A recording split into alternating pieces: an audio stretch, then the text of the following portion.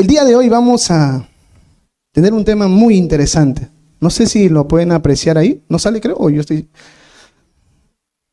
El avance del Evangelio a pesar de todo. A pesar de cualquier obstáculo, de cualquier circunstancia, de cualquier prueba, del lugar donde nos encontremos, siempre, siempre, hermanos, el Evangelio avanza, siempre crece. Nunca en la historia de la iglesia una prueba, una circunstancia muy difícil ha detenido el avance del Evangelio, del reino de Dios. Si fuera así, hermanos, no hubiera llegado el Evangelio a Perú, a San Juan, porque el Evangelio no fue creado en Perú, no se fundó en Perú, viene desde Israel, al otro lado del mundo. Y para llegar acá, mucha gente ha tenido que darlo todo, todo. Algunos dicen, hay un eco creo, estoy escuchando voces. Algunos dicen que el asfalto por el cual la iglesia ha caminado para llegar hoy aquí, ha sido un asfalto de sangre, de los mártires de Cristo, para que el Evangelio haya llegado ahora. Esas situaciones, esas circunstancias nunca fueron un impedimento para que el Evangelio avance, crezca. Y quiero contarte algo que justo me recordé hoy día temprano antes de venir a la iglesia. Hace 12 años creo, sí, 12 años, yo estuve en Cajamarca estudiando en un instituto bíblico. Y justo en esa época comenzó la huelga de Conga No Va. ¿Han escuchado esa huelga? Conga No Va. Bueno, los que tienen de 30 años para arriba saben de lo que les estoy hablando, ¿ya? Y si eres cajamarquino, lo sabes también. ¿De qué se trataba? De una minería, ¿no? Que quería entrar a un lugar para explotar la tierra. Pero los pobladores de Cajamarca no querían, se oponían. Pero había mucho dinero, ¿no?, en juego. Sucede que las clases del instituto habían terminado y justo la huelga comenzó. Y en el instituto donde estábamos, habían extranjeros y peruanos. Algunos eran de Belice, que está en Centroamérica, otros eran de Estados Unidos, Europa. Éramos como 30 alumnos más o menos. ¿Y qué pasa? Los pobladores estaban en contra de Conga, pero también estaban en contra de todos los gringos. Gringo que veían en la calle, gringo que querían, ya saben qué ya. Porque los inversionistas de estas minas son extranjeros y la mayoría era de Estados Unidos o de Europa. Entonces cualquier ojito verde, rubio, peligro. Y esa era la situación en la que nos encontrábamos como instituto. Todos los gringos, todos los extranjeros tenían que irse a su país. Y para poder llegar a su país, tenían que ir al aeropuerto. Y para ir al aeropuerto tenían que pasar donde todos los pobladores de Cajamarca estaban haciendo la huelga. O sea, en pocas palabras, no había forma de llegar. Se volvió una noticia mundial, porque la huelga duró varias semanas. Había muchas peleas. Y el director del instituto estaba muy preocupado, porque varios, por no decir todos, los gringos tenían un vuelo ya programado y iban a perderlo. Entonces estaban buscando la forma de llevarlos al aeropuerto para venir de Cajamarca a Lima y de Lima a su país, pero no lo encontraban, porque los huelguistas estaban al acecho, estaban airados, molestos. Ustedes saben cómo son la gente de provincia cuando se meten con su tierra. Yo entiendo, y hasta un punto yo estoy de acuerdo con lo que ellos luchan, lo que buscan, lo que quieren, los entiendo. Pero nunca la agresión, nunca los pleitos están bien, ¿no? Pero entiendo sus intenciones. Entonces, pasó un día, 2 días, 3 días y todos estábamos preocupados. Es más, teníamos reservas de comidas para una semana más, porque no podíamos salir. Y la preocupación aumentaba. los familiares de algunos extranjeros llamaban, escribían correos, mandaban correos al director diciéndole, ¿cómo van a hacer? Nuestros hijos están en riesgo. Y de verdad que lo estaban, porque algunas casas de los entornos de donde estaba la huelga habían sido pintadas, las lunas habían sido rotas, porque ahí vivían los ingenieros, los inversionistas, los familiares de los inversionistas. Entonces era un caos, hermano.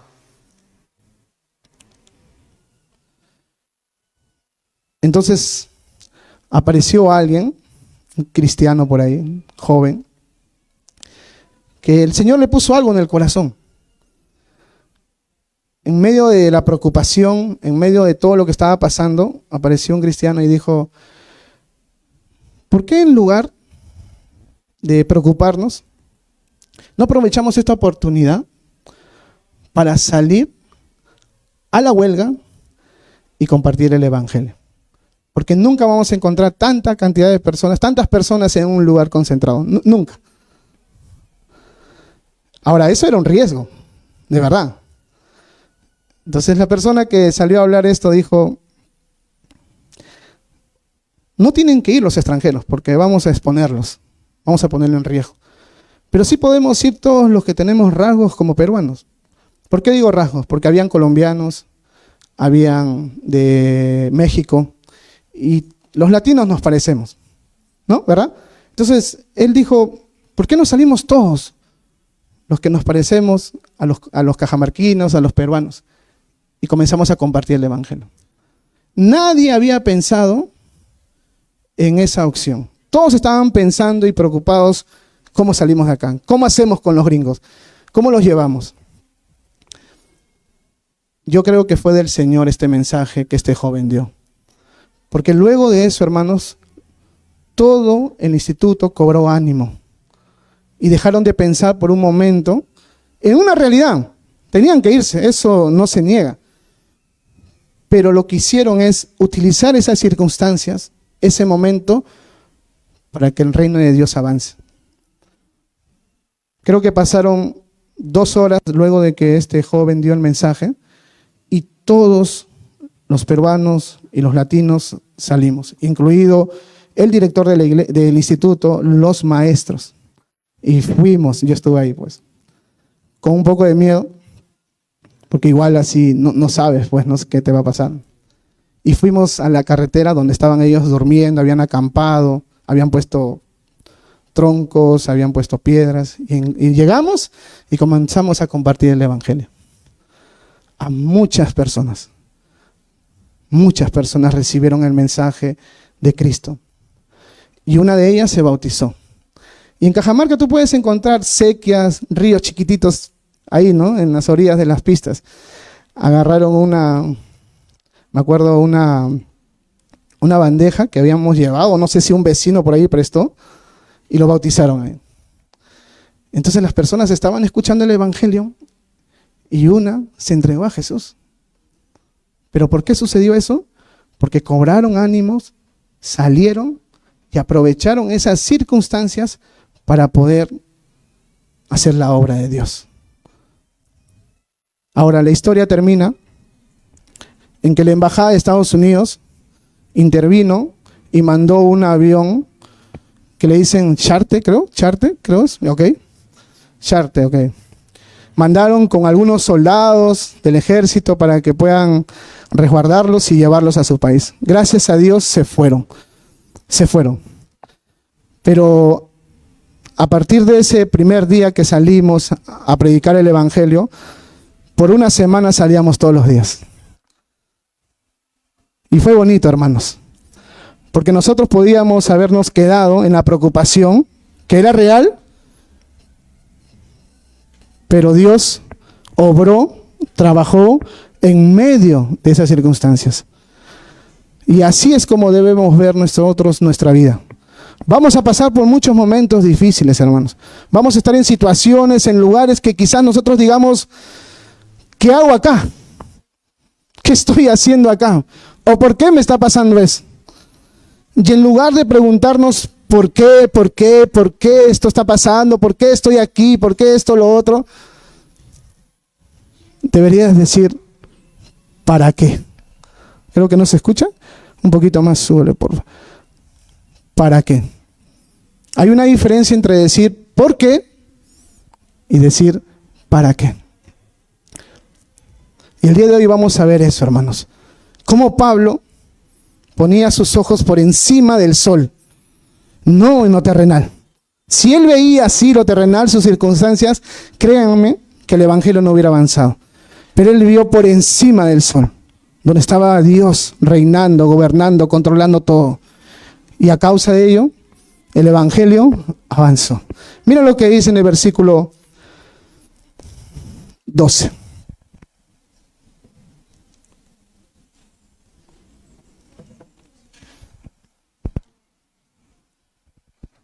Pablo dice: quiero que sepáis, hermanos, que las cosas que me han sucedido han redundado más bien para el progreso del evangelio.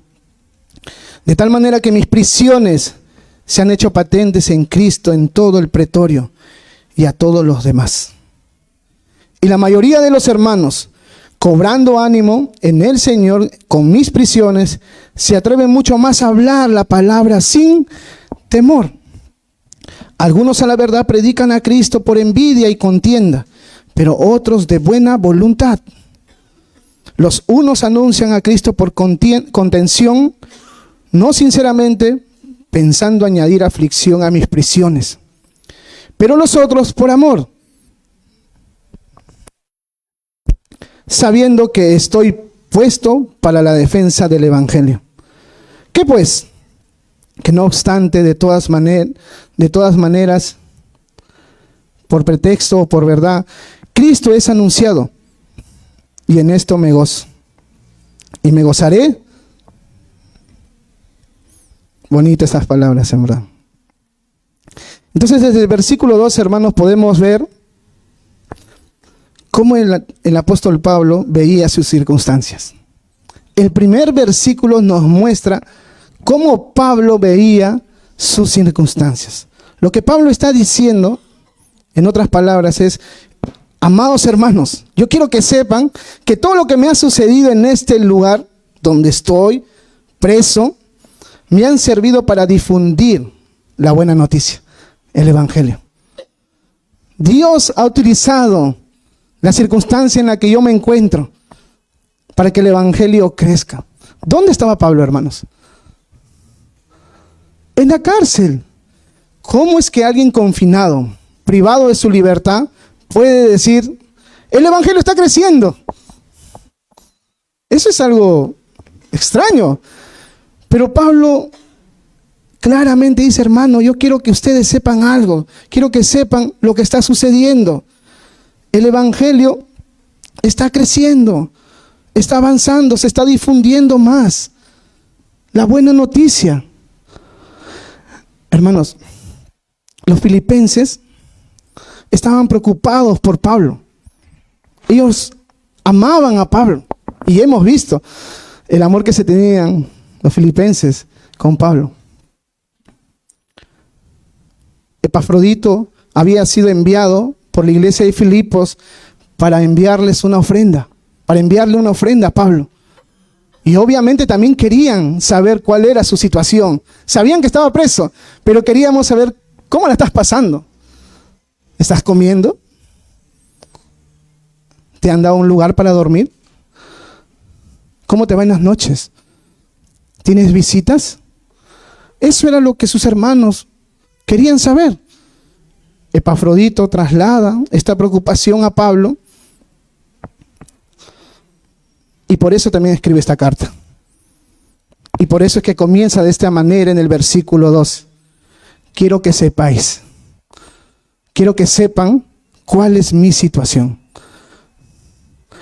Y Pablo, en lugar de enfocarse en lo que quizás muchos de nosotros podríamos enfocarnos, él lo puso en segundo lugar, hermanos. Porque Pablo no dijo: ya, ok, esta es la oportunidad para decirles cómo me encuentro, cómo yo me encuentro. Ok, Filipenses, quiero que sepan que la comida aquí es horrible. Le falta sal, a veces tiene mucha sal, no me dan presa, pura lenteja, puros frijoles. No me gusta. Y recién comienzo por la comida. Las noches aquí son horribles. Hay muchos animales que hacen bulla durante toda la noche y no me dejan dormir. El frío insoportable. Encima me han dado una colcha nada más. Y todos los días me pelo de frío. Y si fuera poco, no tengo ni un compañero a mi lado para conversar. Solo estoy. Y no solo eso. El dinero que ustedes me mandan, les agradezco, pero a veces me falta. Pablo pudo haber dicho eso.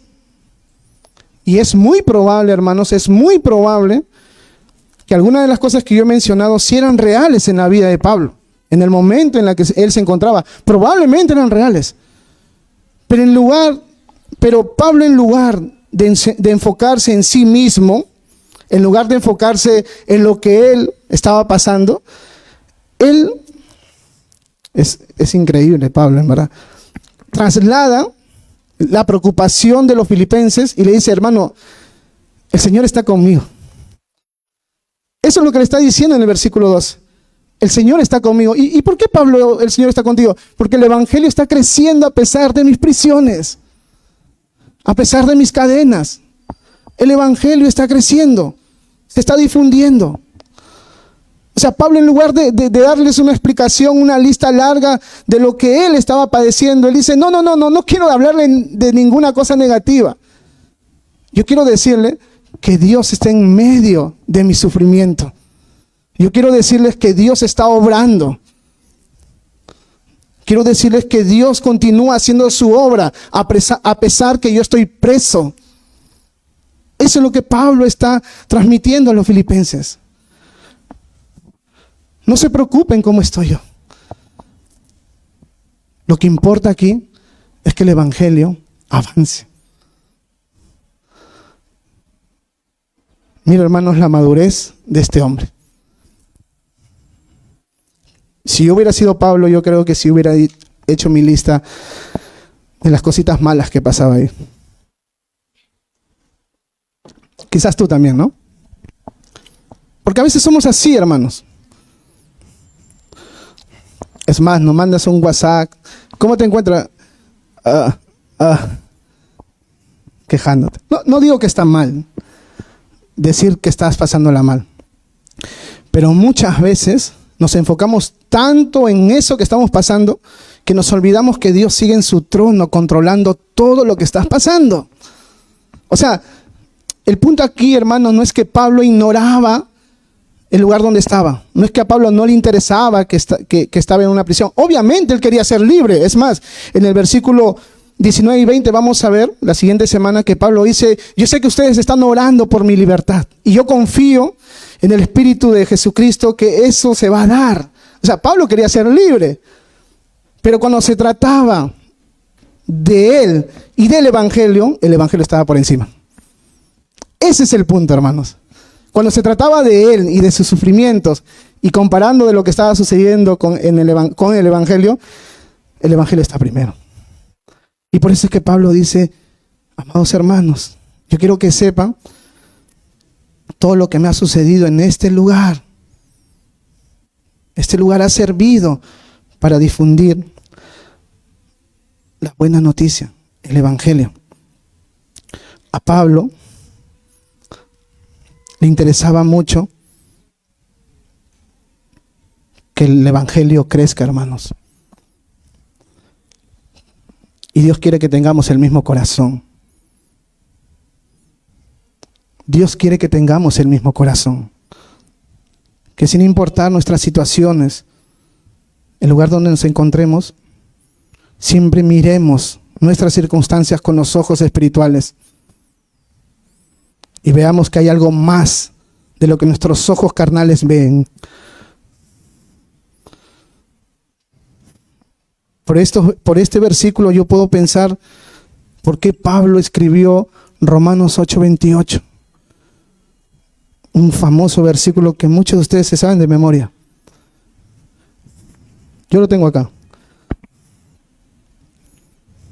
Romanos 8:28. Vamos rapidito para que se despierten.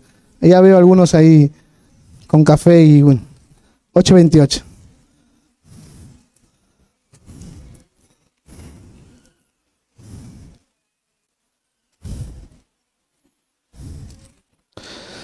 A ver, que lo lea alguien, por favor. ¿Quién lo quiere leer?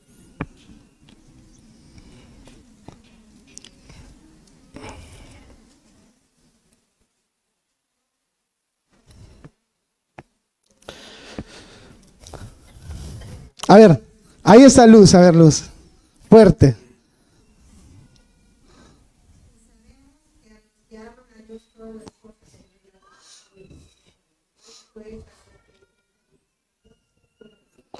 Y sabemos que para los que aman a Dios, todas las cosas nos ayudan para bien. ¿Sabes quién escribió eso? Pablo. ¿Y sabes por qué Pablo escribió eso? Porque él veía eso en su vida. Él estaba preso, él estaba en cadenas, y sin embargo la obra de Dios seguía creciendo. No lo detenía para nada sus circunstancias. Y esto es algo que debemos tener presente. A Pablo le interesaba el crecimiento de la obra de Dios. Le interesaba que la obra de Dios avance.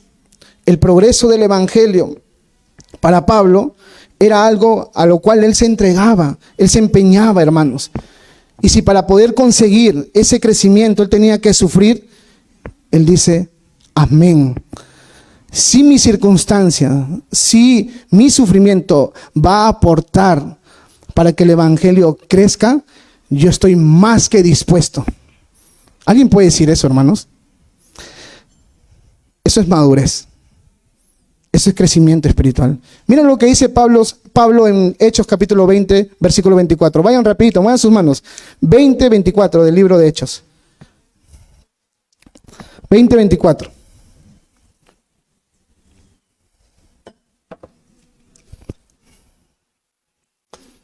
Dice, 20:24 del libro de Hechos. Pero de ninguna cosa hago caso, ni estimo preciosa mi vida para mí mismo, con tal que acabe mi carrera con gozo y el ministerio que recibí del Señor Jesús para dar testimonio del evangelio de la gracia de Dios. No estimo preciosa mi vida, dice. No estimo preciosa mi vida, con tal de acabar mi carrera con gozo y dar testimonio del evangelio de Cristo. Mira cómo pensaba Pablo, hermanos. Por eso es que estando en prisión, para él no era algo horrible, no era algo como para estar quejándose. Si esto está causando que otras personas escuchen de Cristo, amén. Pablo, un predicador dijo esto, Pablo estaba intoxicado del evangelio, hermanos. Pablo estaba saturado del evangelio. Él vivía por el evangelio, para el evangelio. Él quería compartir a todo el mundo. Ese era su mayor deseo. Por eso es que en un momento en 1 Corintios capítulo 9, 16, no tienen que ir, escucha nomás lo que Pablo dice. Me es impuesta necesidad. Ay de mí si no anunciar el evangelio. Me es impuesta necesidad. No puedo detenerme. Yo tengo algo interno, Pablo dice, que me empuja, que me dice, predica. Y si yo no hago caso a esa voz, a ese impulso, ay de mí de lo que me sucedería si es que yo ignoro. Hermanos, Pablo vivía para el evangelio, porque sabía que vivir para el evangelio es vivir para Cristo. Él sabía eso. Pablo estaba controlado por el evangelio. Pablo estaba, como dije, intoxicado del evangelio. Todos los efectos que causaba el evangelio en su vida era, quiero dar gloria a Cristo, por eso predico. Todo su cuerpo, toda su alma, todo su espíritu estaban afectados por el evangelio. Por eso es de que él podía tener una mirada como la presenta en el versículo 12. Hermanos, no voy a hablarles lo que está pasando acá. Quiero decirles, no les quiero hablar de lo que yo estoy pasando acá, en mi persona, mi escasez, no. Yo quiero que sepan que a pesar de eso o en medio de eso, Dios está avanzando. Y eso es increíble, hermanos. Nosotros debemos tener la misma perspectiva, mirada. Pablo, en lugar de lamentarse, resentirse, quejarse de las privaciones en las que se encontraba, él veía estas pruebas como un pequeño precio que estaba más que dispuesto a pagar, porque Dios usó esas pruebas o esas circunstancias como medio para favorecer el progreso del evangelio. Él estaba más que dispuesto. En 2 Timoteo 2:10, no vayan, escucha, mira lo que dice Pablo. Yo estoy dispuesto a soportar cualquier cosa si esta traerá salvación y gloria eterna en Cristo Jesús a los que Dios ha elegido. Otra vez. Porque yo estoy dispuesto a soportar cualquier cosa si esta trae salvación y gloria eterna en Cristo Jesús a los que Dios ha elegido. Yo estoy dispuesto a padecer, a sufrir, a soportarlo todo, con tal de traer salvación y gloria eterna en Cristo Jesús a los que Dios ha elegido. Pablo era coherente con lo que decía, hermanos, porque tú lo veías en prisión y tú lo veías con gozo. Tú lo veías enfocado en lo eterno y no tanto en lo terrenal. Cuán lejos estamos de eso muchas veces. Pablo aprendió a confiar en el poder y la soberanía de Dios a pesar de las circunstancias y en medio de sus circunstancias. Él confiaba en Dios. Pablo sabía que Dios tenía el poder de obrar cual sea la situación y esté donde esté. La mirada de Pablo estaba por encima del sol. Él no estaba enfocado en sus circunstancias. Él estaba enfocado en el Dios que es el Señor de las circunstancias. Esa es otra cosa.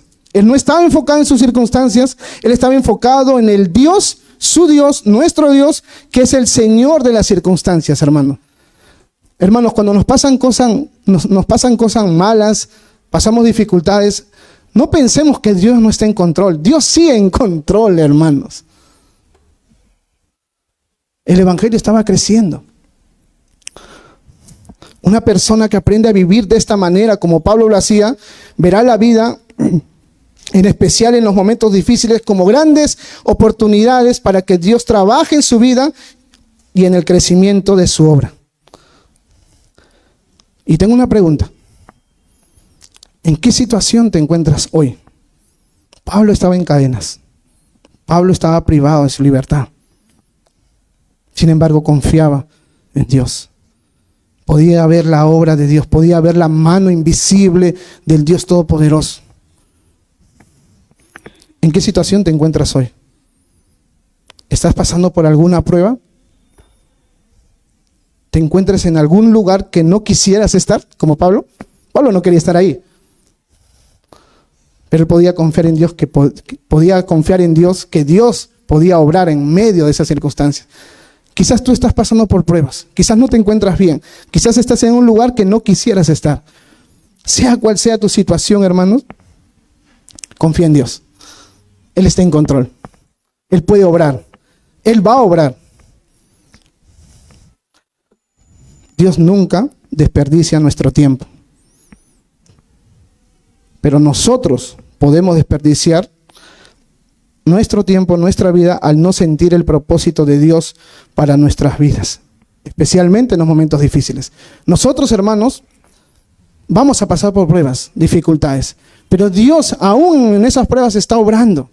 Pero si tú no crees en eso, la prueba, el fuego de prueba, en lugar de purificarte y hacer crecer tu fe, tu vida, de hacerte madurar, de moldearte, en lugar de conseguir eso, la prueba, en lugar de lograr eso, puede quemarte. El fuego sirve para dos cosas, para varias cosas, pero voy a hablar de dos. Una es purificarte o purificar. Tú metes un metal, el oro pasa por fuego. Los metales pasan por fuego y son pulidos, purificados. Pero también si tú metes un papel al fuego, ¿qué pasa? Se quema. Entonces el fuego, las pruebas, las circunstancias en nuestra vida pueden hacer de ti un mejor cristiano, pero también pueden destruirte. Pero todo va a depender de dónde está tu mirada, dónde está tu fe. De todo eso depende. De eso depende. Entonces no desperdicies, no menosprecies las circunstancias en las que te encuentres ahora. Quizás tienes que ir al médico constantemente por alguna enfermedad. Mira más allá de eso. Y hay muchas personas ahí que quizás no tienen la esperanza que tú tienes después de esta vida. Compárteles el evangelio. Quizás no tienes trabajo. Un mes, 2 meses no tienes trabajo y tu familia está padeciendo. Y constantemente estás yendo a esos lugares donde hay anuncios de trabajo. Y casi nunca te llaman, casi nunca te llevan, porque yo sé que vienen algunos carros y dicen, chicos, ¿quién quiere trabajar? Y lo suben. Y capaz te puedes quejar, preocupar, pero ahí también hay personas que están buscando lo mismo que tú. Comparte el evangelio ahí.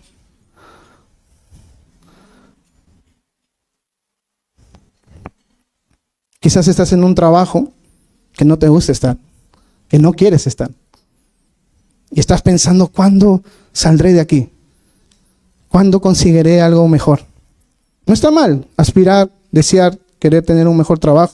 Quizás por el horario, quizás por la distancia, quizás por el pago, que no es suficiente. Pero no te enfoques en eso. No hagas que Dios pierda el tiempo con tu vida. Ve el lugar donde estás como un campo misionero, donde hay almas, ovejas sin pastor y que necesitan escuchar del evangelio. Así crece el evangelio, así crece la obra de Dios. Pero tú lo puedes mirar de otra forma y solamente quejándote y viendo la hora, a qué hora salgo, ya es tarde, ojalá que pase rápido. Me ha pasado a mí, hermanos, que cuando trabajaba estoy mirando, apenas entro y ya estoy mirando a qué hora voy a salir. O la otra cosa es, acabo de llegar y llego tarde todavía y ya estoy pensando a qué hora es el almuerzo porque quiero la hora de relajo. Y eso es poner nuestros ojos en este mundo, en la circunstancia. O entramos a un trabajo y ya queremos que nos den vacaciones.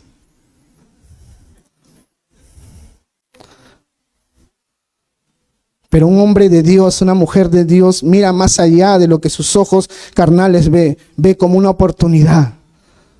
Y dice, ¿qué puedo hacer aquí? Aquí el Señor me ha puesto. ¿Qué puedo hacer aquí?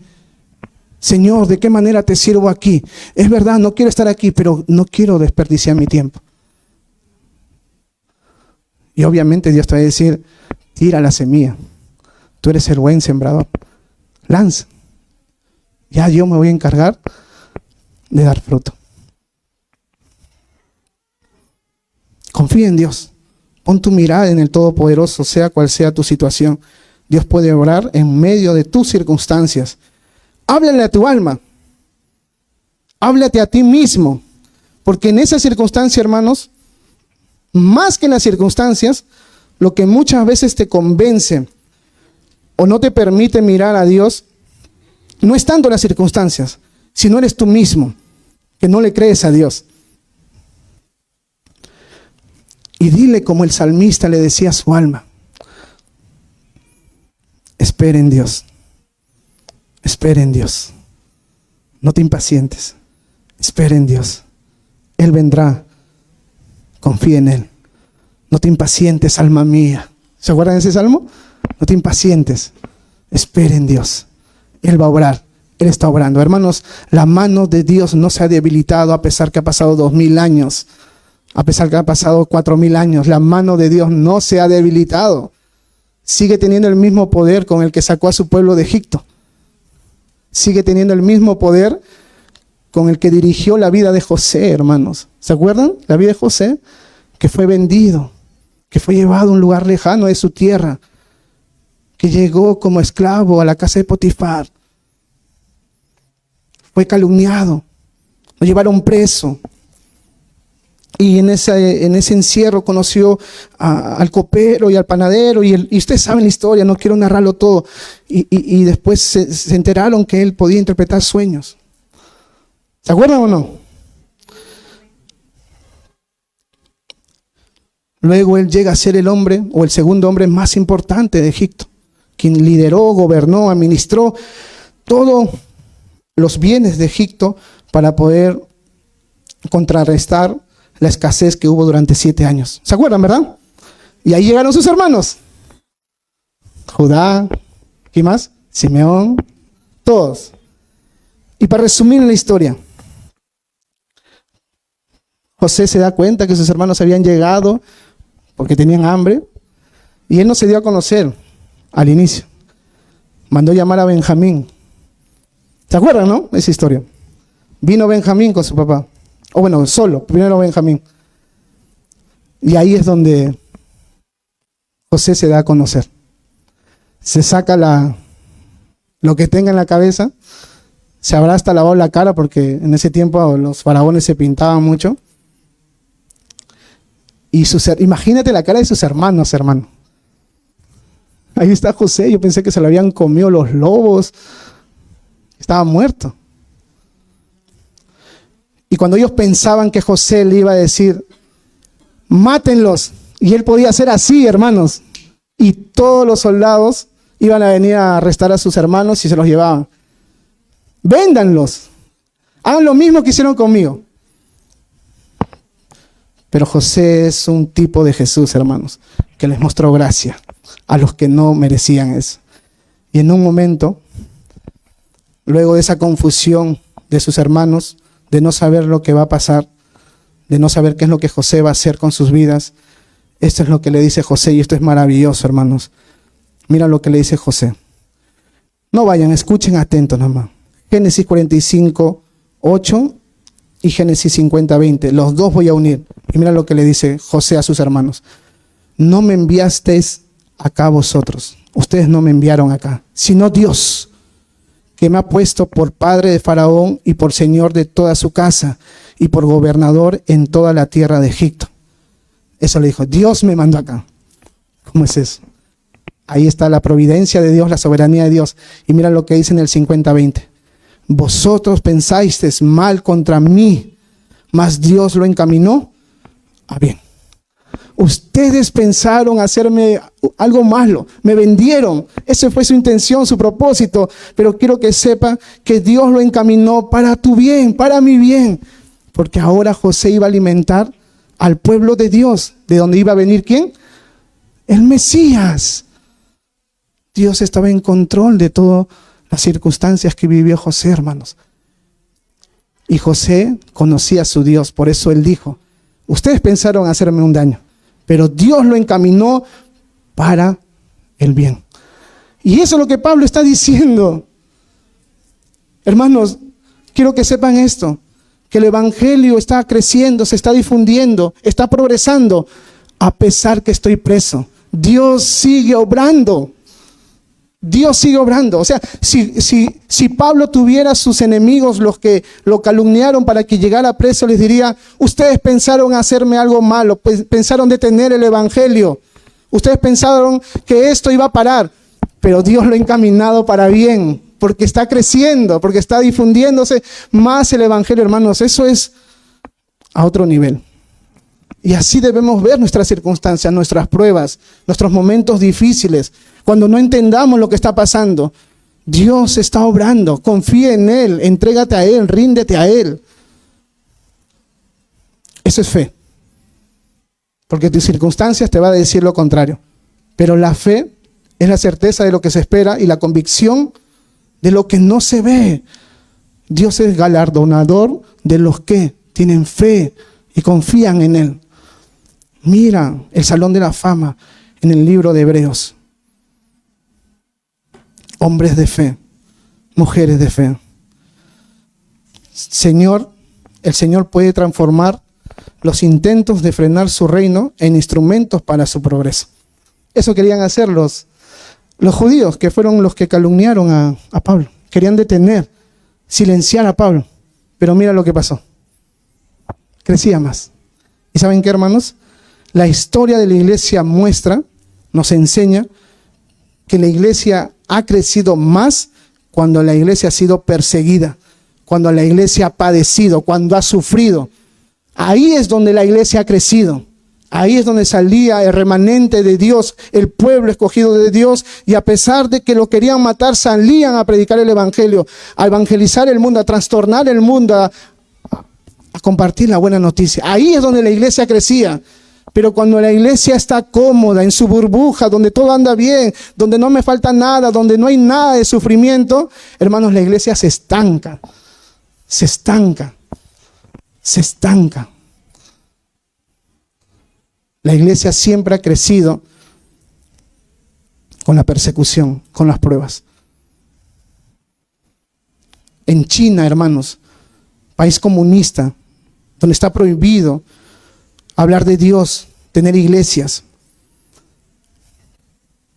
¿Sabes qué pasa si es que saben que tienes fe en Jesús, en Cristo? Te mandan preso. Y en el peor de los casos te matan. Pero ¿sabes qué?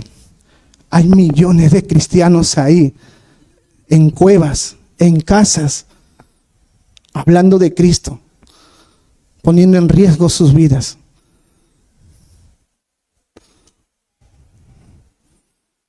Un pastor de China dijo esto: hermano, quiero que sepan, al mundo le dijo, que la iglesia en China está creciendo más que nunca. La gente se está convirtiendo, la gente se está bautizando. A pesar de que el gobierno comunista nos quiere oprimir, nos quiere detener, silenciar, está creciendo. Y el pastor de China le dijo a un pastor de Estados Unidos: yo estoy orando para que en Estados Unidos haya persecución. Estoy orando para que en Estados Unidos prohíban hablar de Cristo, porque ahí la iglesia crece. Ahí la iglesia crece. Pero cuando todo en el cristianismo, en Estados Unidos, hablando de Estados Unidos, todo es Disney, todo es comodidad, todo es plata, todo es dinero, no crece. En Estados Unidos, en lugar de crecer, hermanos, ha decaído. Teniendo libertad, teniendo dinero, teniendo comodidad. En China, muriendo, sangre derramada, y crecía. Esa es la realidad del evangelio, hermanos. Cristo va a brillar en tu vida no por las comodidades que tú tengas ahora, sino Cristo va a ser glorificado en tu vida de cuán dispuesto estás tú a vivir una vida dolorosa. No hablo de miseria, obviamente no estoy hablando seamos miserables y vivamos sufriendo, pero tienes que estar dispuesto a vivir una vida dolorosa. Y ni siquiera vas a poner en riesgo tu vida, hermanos, porque vivimos en un país que todavía puedes salir acá a la esquina y agarrar un megáfono y decir: Cristo te ama. Y nadie te va a decir nada. De repente el vecino va a decir: cállate, pero hasta ahí nomás. Hermano, en China tú haces eso y ¿sabes qué pasa? Te sacan la cabeza, y te estoy hablando de verdad. Agarran a tus hijos, se los llevan. ¿Y sabes qué? Es en lugar de intimidar a los cristianos, salen con más fuerza. ¿Cómo es eso? Explíqueme, por favor, cómo sucede eso. ¿Saben por qué? Porque su mirada está en lo eterno. Su mirada está en lo eterno, hermano. Cristo Jesús murió en la cruz justamente para eso, no para impedir que suframos. Jesús dijo: en el mundo tendréis aflicción, pero tranquilos, yo he vencido el mundo. O sea, pueden sufrir, no hay problema. Para ti el vivir es Cristo y morir es ganancia. Lo peor que nos puede pasar, hermano, ¿sabes qué cosa es? Que es que mueras. Lo peor. Pero si eres hijo de Dios, eres creyente, te vas a ir al cielo.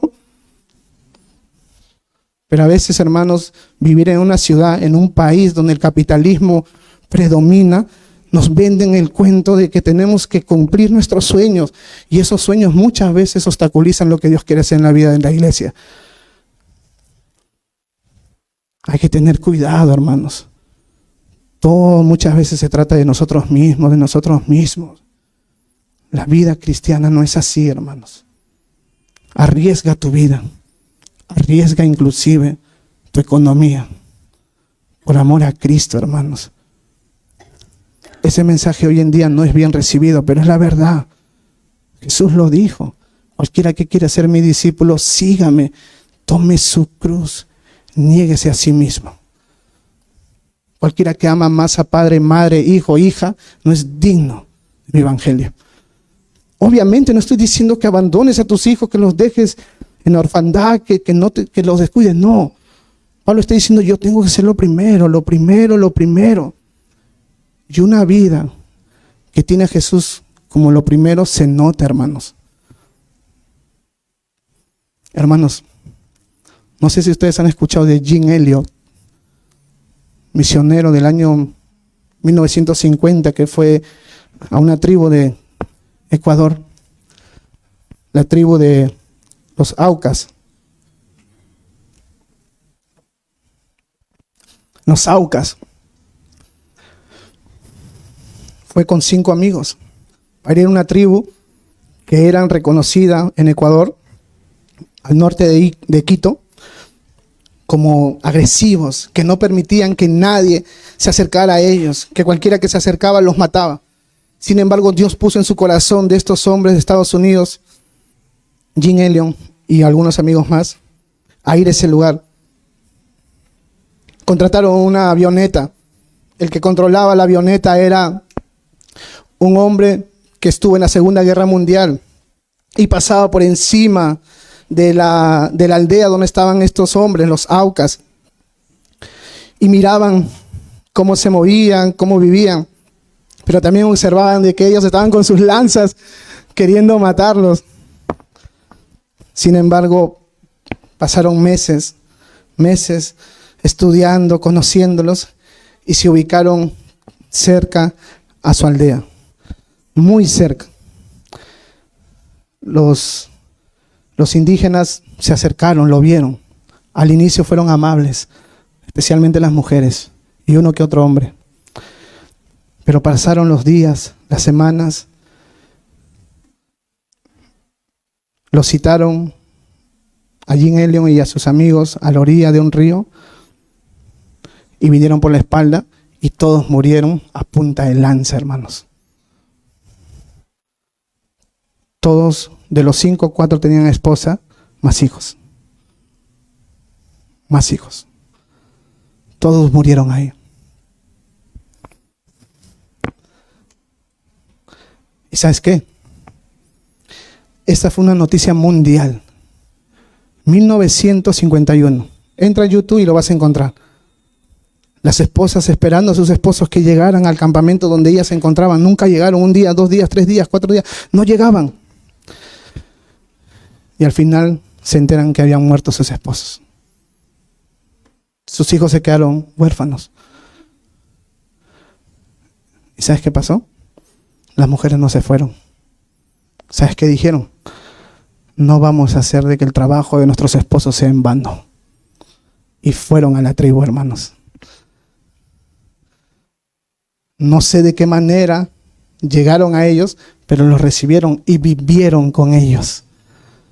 Las esposas vivieron con las personas que asesinaron a sus esposos y le compartieron el evangelio. Y ahora hay una iglesia grande ahí, hermanos. ¿Y saben qué? A partir de ese momento fue un antes y un después de las misiones. Porque en lugar de atemorizar, de detener las misiones, de saber que hay un riesgo de morir, en lugar de detenerlos, en lugar de impedir que salgan más misiones, explotó las misiones, hermanos. Porque veían como ejemplos a seguir. Gente que dejaba sus trabajos y decían, voy a vivir por fe. Eso es locura hoy en día decirlo, hermanos. Pero así crece el evangelio, hermanos. Tengamos cuidado de vivir engañados con el capitalismo, con el materialismo, que nos dice que la felicidad o la vida se trata de tener bienes. No, hermanos. El que hace la voluntad de Dios realmente encontrará gozo y satisfacción en su vida. Es un reto, es un desafío para todos nosotros. Que Dios nos ayude, en verdad, hermanos. A veces estamos tan centrados en nosotros mismos. No nos interesa la obra de Dios. Solamente queremos cumplir con los miércoles, los domingos en iglesia. Pero hasta ahí nomás. Eso no es ser cristiano, hermanos. Eso lo puede hacer cualquiera. Es difícil ser cristiano hoy en día, hermanos. Es difícil. Porque nos han vendido algo que no es cristianismo. Mira lo que dice. Volvamos a Filipenses. No sé si están ahí.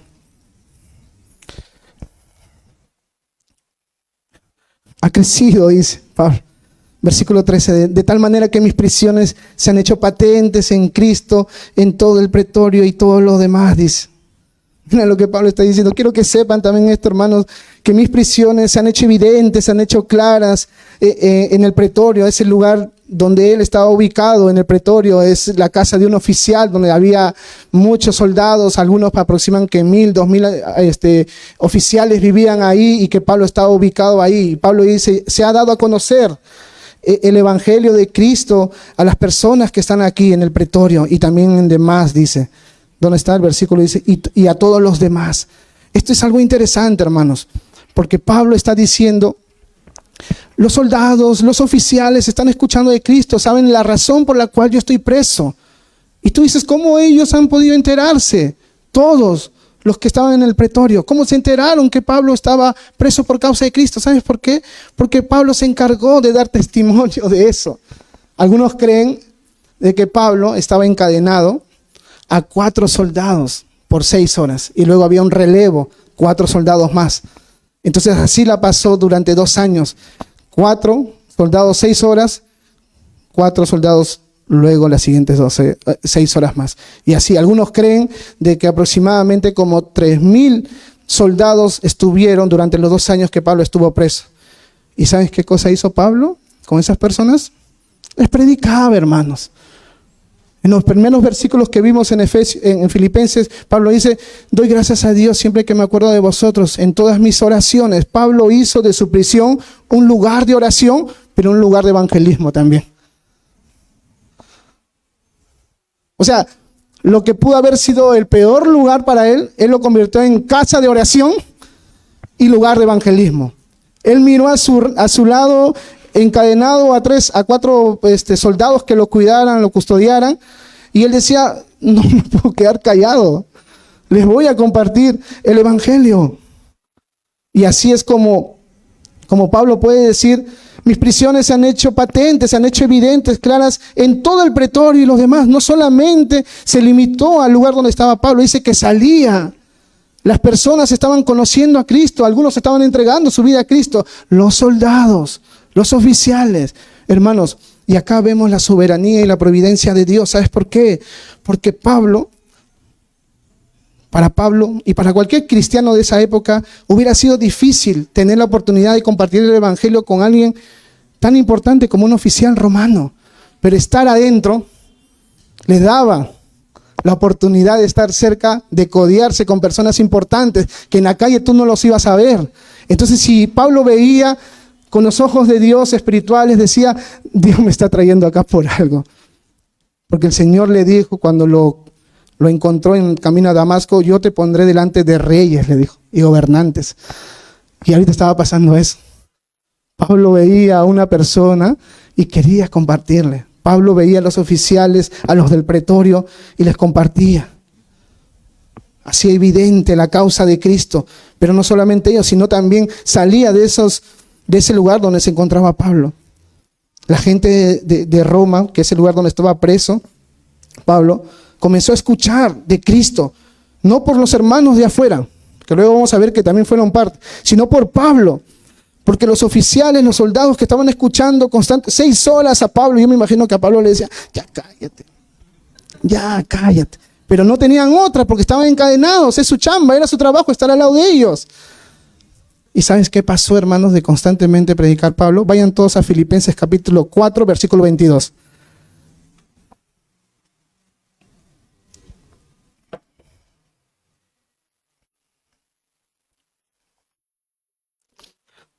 Mira cómo Pablo termina su carta de los filipenses. Mira lo que le dice Pablo a los filipenses. ¿Quién lo puede leer fuerte? A ver. Fuerte, voz de arcángel. Vamos, Neisser. Arcángel. Todos los santos os saludan, y especialmente los de la casa de César. La gracia de nuestro Señor Jesucristo sea con todos nosotros. Amén. Todos los santos los saludan. En especial la casa de ¿quién? No César tu vecino. ¿Saben quién era César, hermanos? El emperador. Y Pablo está diciendo, Ellos también le mandan saludos. Y no pone nombre probablemente para no ponerlo en peligro, porque ellos tenían que seguir a el César. Para ellos él era el Señor, el César, el emperador. Y Pablo está diciendo, les manda saludos también. ¿Quiénes? Mis ovejas que conseguí dentro de mi prisión, prácticamente. Mira, hermanos, hasta dónde impactó Pablo. Mira la influencia que tuvo en su vida para con muchas personas. Y no olvidemos que Pablo hizo todo esto estando preso, privado.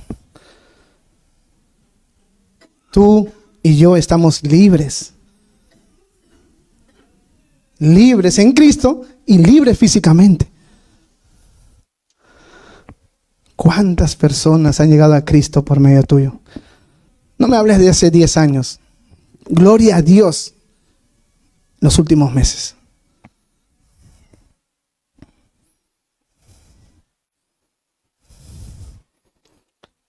Entonces Pablo está diciendo, hermanos, el cristianismo está creciendo. Dios me está usando, Dios no me ha abandonado. Las cadenas no han detenido el evangelio. Han confinado mi cuerpo.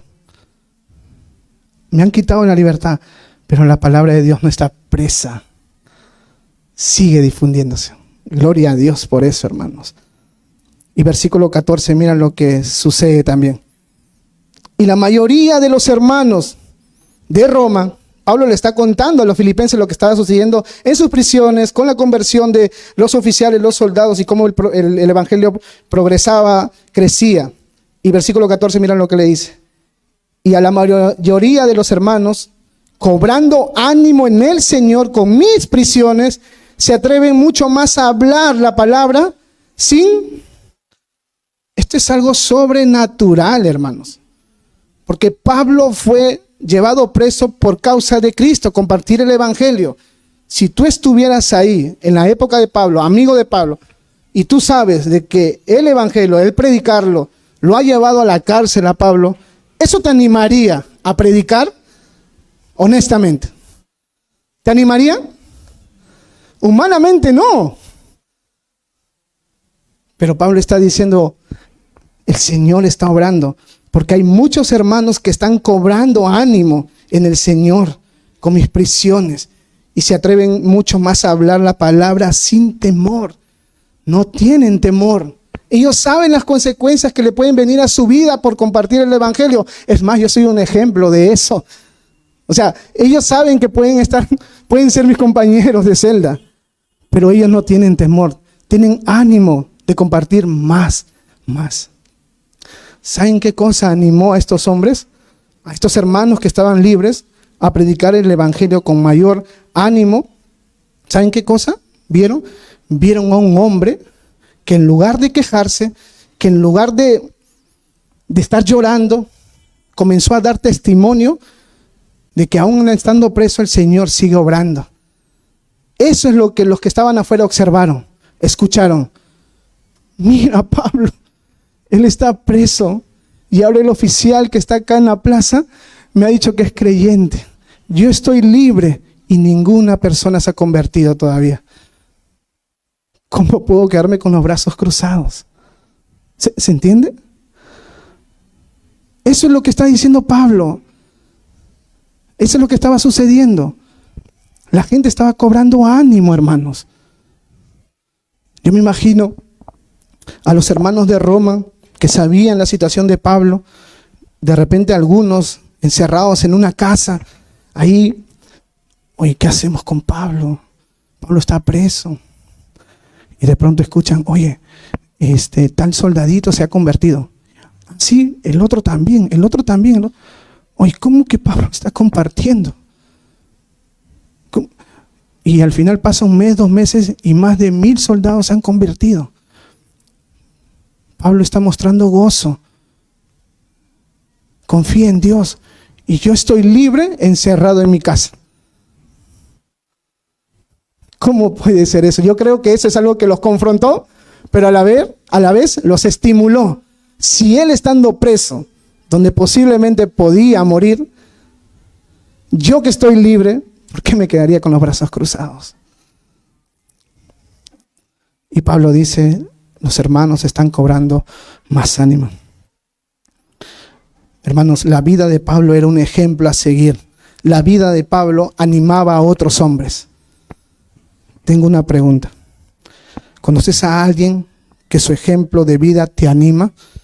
¿Conoces a algún hermano en Cristo que te aumenta las ganas de servir? ¿Hay alguien que conozcas que te haga decir, wow, cómo Dios lo usa? Mira la entrega, el amor, la fortaleza que tiene al servir. ¿Conoces a alguien? Así lo veían a Pablo. Pablo era un ejemplo, alguien digno a quien imitar. ¿Conoces a alguien?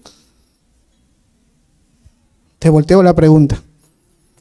Tú eres alguien que cuando otro hermano mira, dice, quiero ser como él.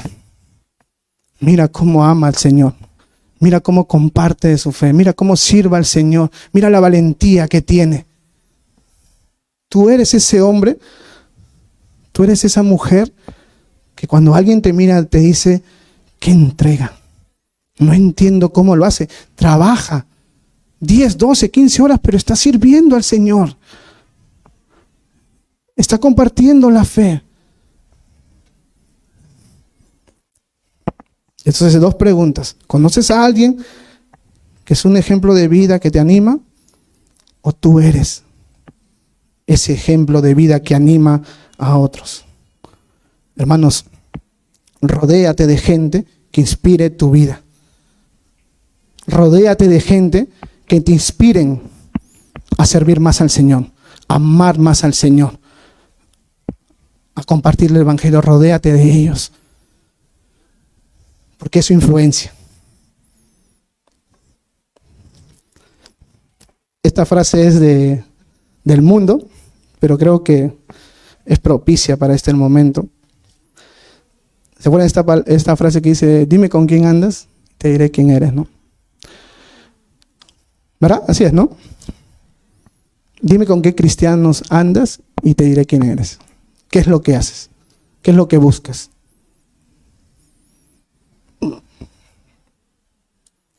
Con razón Pablo dijo en el libro de Corintios, imítenme a mí, porque yo imito ¿a quién? Algunos pueden decir, eso es arrogancia. Hermano, nosotros podemos decir lo mismo, pero muchas veces no lo hacemos por dos cosas. Una, es porque tenemos miedo de sonar arrogantes, ¿verdad? Pero la segunda razón es porque realmente no hay nada que imitar de nosotros. ¿Dónde estás tú? Pablo dijo en Filipenses 3:17, amados hermanos, tomen mi vida como modelo y aprendan de los que siguen nuestro ejemplo. Busca un ejemplo a seguir. Tú puedes tener un ejemplo de vida en cuanto a la prosperidad, lo profesional, lo cual está bien. Tu papá puede ser una inspiración para tu vida, tu amigo puede ser un ejemplo de vida en cuanto a lo profesional, lo económico, está bien. Pero busca a alguien que te inspire espiritualmente y que te empuje su vida a querer hacer más por Dios. Busca a alguien, identifica a alguien, imítalo, sigue sus pisadas. No está mal seguir las pisadas de otros. Es verdad, Cristo es nuestro mayor ejemplo, pero el mismo Pablo dijo, imítenme a mí, porque yo imito a Cristo. Imiten a cualquiera que ha seguido nuestro ejemplo, dice Pablo. Entonces, hermanos, sé de inspiración para otros y busca a alguien que te inspire. Pablo lo era. Pablo lo era, hermanos.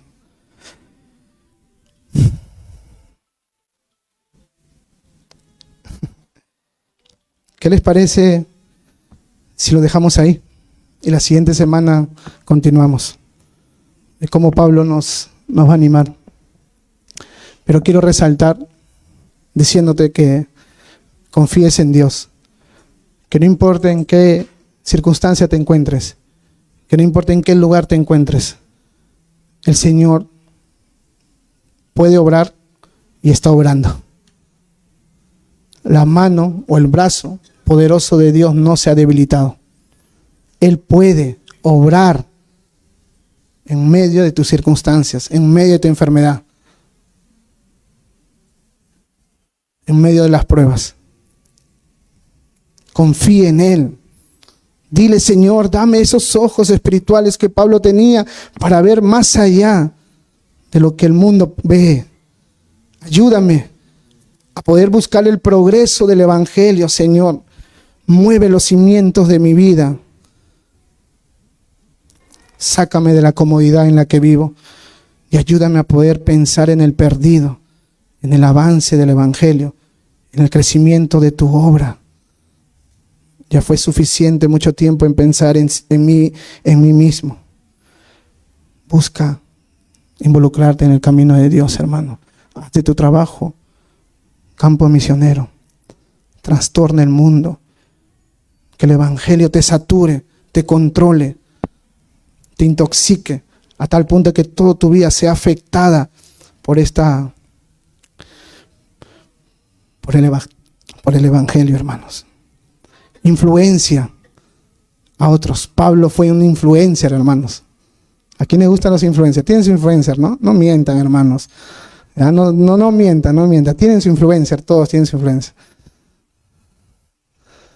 Jesús fue influencer. Porque influenció. Esa palabra a veces uno lo quiere como, no, ese es del diablo de decir influencer. No, influencer es alguien que influencia, nada más. Alguien que afecta vidas, que cambia vidas, que consigue ciertas cosas con lo que dice o hace. Jesús lo fue. Pablo también fue, porque Pablo dice: muchos hermanos han cobrado ánimo y ahora predican o comparten el Evangelio sin temor. Tú sé un influencer, pero no de TikTok, hermanos. No de Instagram. Influencia tu vida o influencia con tu vida a los que están cerca a ti. Que la gente mire y diga: wow, mire el Señor cómo trabaja en su vida. Yo quiero ser así, hermanos. Yo quiero, en verdad. Necesito serlo. Pero para hacer eso, necesitamos cargar nuestra cruz. Carga tu cruz. ¿Saben qué sucedía o qué pasaba por la mente de las personas en aquella época cuando alguien pasaba con una cruz cargada? Todos sabían que él iba a morir. Todos. No es que era un carpintero que estaba trasladando su cruz para otro lado. No, el que cargaba una cruz y la gente lo veía, todos decían: ese hombre va a morir. Jesús usó ese ejemplo y dijo: carga tu cruz. O sea, muere. Muere. Deja de pensar en ti nomás. Piensa en los demás. Ámame, sígueme, niégate. Carga tu cruz, hermano.